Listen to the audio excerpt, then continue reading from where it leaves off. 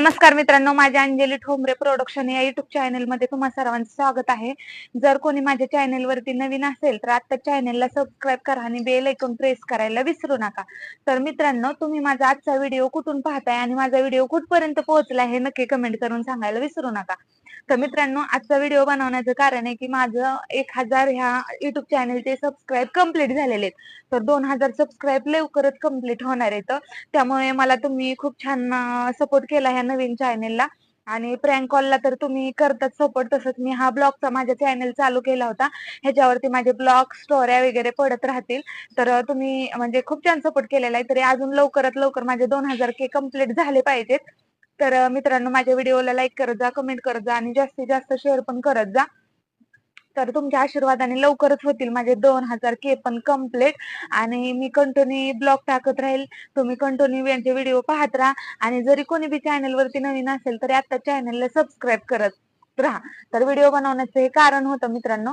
तर आता बघूया. तर आमच्या इकडे मित्रांनो 2 दिवसापासून खूप पाऊस चालू आहे. तुमच्या इकडे पाऊस आहे का?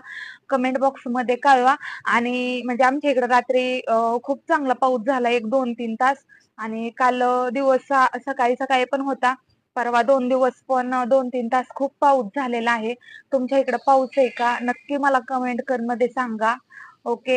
1.5 एकर बाजरी पेरलेली, अर्धा एकर भुईमुग पेरलेला आहे, अर्धा एकर मूग पेरलेलं आहे. इथं आता 2 दिवसानं कांदा पेरायच्यात वावर वापसावरती आल्यावरती, कारण की आमच्या इकडे ना चांगला पाऊस झालाय. आणि 2 वर्षानं आमच्याकडे पाऊस कसलाच नव्हता.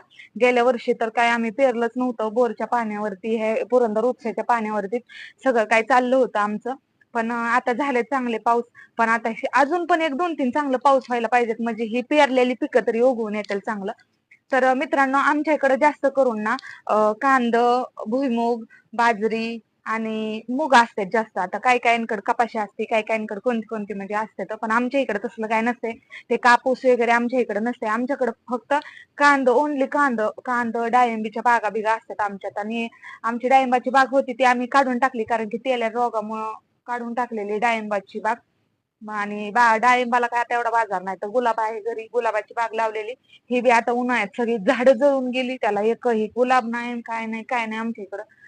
तर आता बाजरी पेरलेली, मूग पेरलेले, भुईमुग पेरलेले, तरी पण अजून देवाच्या दयाने अजून चांगलं 1-2 पाऊस व्हायला पाहिजेत, म्हणजे पेरलेली ती पिकं तरी येतील. आणि ज्या गावाला पाऊस नाहीये त्या गावाला पण पाऊस पडायला पाहिजे, म्हणजे लोक लवकर पेरणी चालू करतात. मग एकदा दिवस निघून गेल्यानंतर मग काय पेरायचं होत नाही, मग काय ते काढायचं लय म्हणजे शेतकऱ्याचं वाईट होतं. तर व्हिडिओ आवडला असेल तर व्हिडिओला नक्की लाईक, शेअर, कमेंट करा. ओके.